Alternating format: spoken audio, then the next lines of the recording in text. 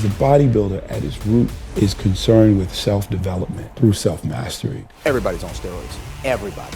Look at the guys in the Olympia stage, and you're hitting a pose, and then you're like... When it comes to talking about what choice should be made, is that unenhanced bodybuilding is the way to go. This is time right now for natural bodybuilding to grow, where everybody's seeing that health is the most important thing.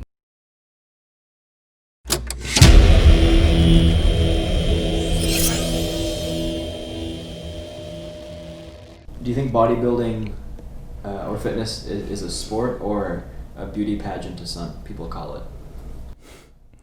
It's hard to say. I always throw around the word sport just because it's easy to categorize it as that. But at the end of the day, it's a label, and people who get offended or defensive saying that bodybuilding isn't a sport, it's kind of like, who cares? It doesn't change what it is. You're still competing. If you love to do it, you love to do it and call it whatever you want.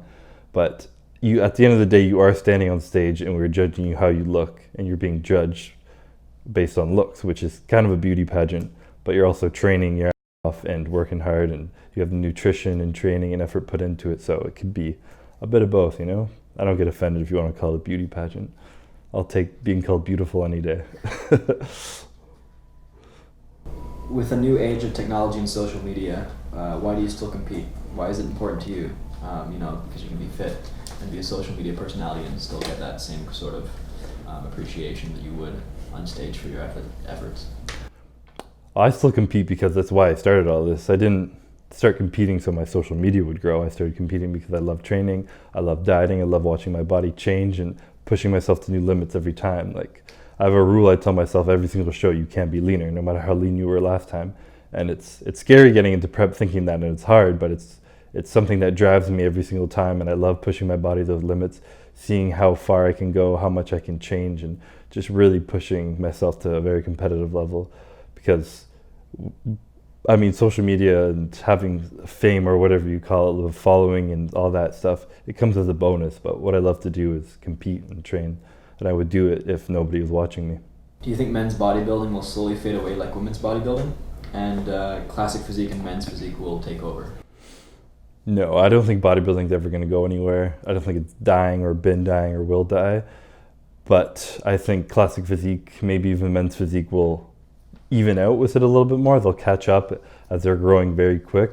But the sport started in bodybuilding. What created it was bodybuilding. And it is still such a niche market, like the fitness industry, and bodybuilding. It might not seem as normal to the public, but to the people who are in competitions and all that, it is normal, and it's what the top of the league is essentially. So I don't think it's going to ever go anywhere. How do you feel about the men's physique division? Many people don't respect the competitors as real athletes. Do you?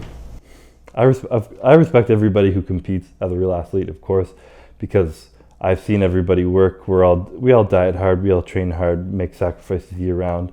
Do I think it's probably the easiest one of all divisions? Absolutely. I mean, you're covering half your body. Do a lot of them not train legs? A lot of them don't. A lot of them do. I would never categorize any of them as